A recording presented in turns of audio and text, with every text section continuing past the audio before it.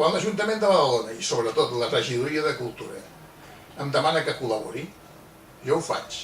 Normalment m'envien una carta, la qual jo interioritzo, no? Per poder-los donar una idea que els serveixi.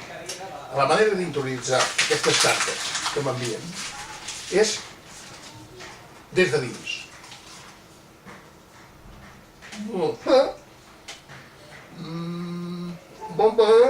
Em van venint les idees, m'enteneu? El que passa és que aquesta última vegada no m'han enviat cap carta i resulta que tant Andorra com Badalona aspiren a ser la capital de la cultura. Capital cultural. I tinc el cor dividit. I aquesta vegada no m'han enviat una carta. Me n'he enterat a través del diari. I esclar, com ho puc interioritzar això? Llavors, m'enteneu, no? Menjar-me un diari. Llavors, he agafat un trosset, també és un trosset, i l'he interioritzat també, com ho feia amb les cartes que m'enviaven abans.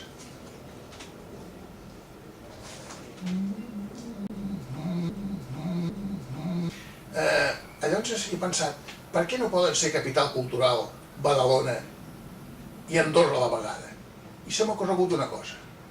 Posem per cas, per fer-nos una mica d'idea, el mapa que ens interessa. Aquí tenim Badalona i aquí tenim Andorra.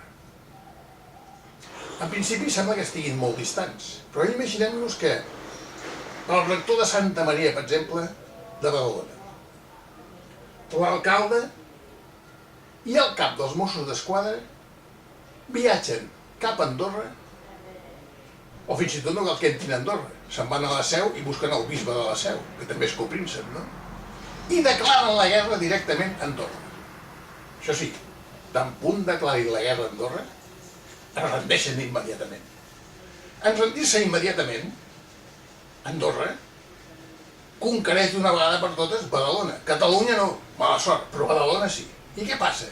Que Badalona passa a ser llavors la capital d'Andorra, perquè és la que té més habitants.